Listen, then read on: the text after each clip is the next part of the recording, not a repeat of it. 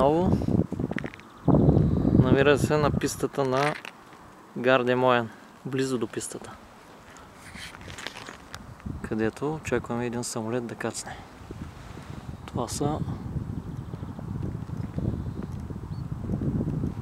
осветителните тела, които насочват самолета нощем или в мъгла да каца. Светят само като е тъмно. Ето, очакваме един самолет в момента да кацне.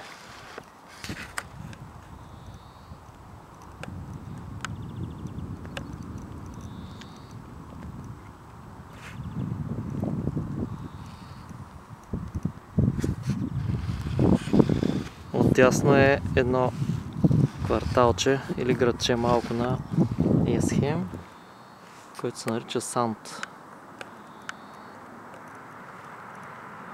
И самолетите буквално прилитат над къщите. Но тъй като са достатъчно безшумни, предполагам, че няма проблем. Ето го, приближава.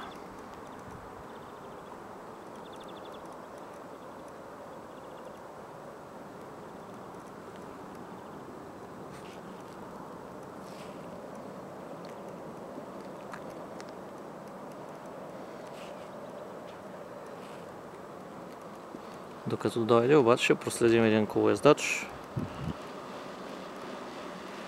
каквито има много тук. Той заминава някъде.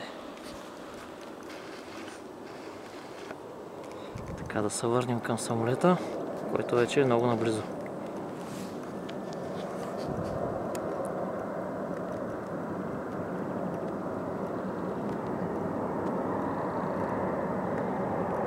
Ето, вече е включил обратната тяга и ще каца.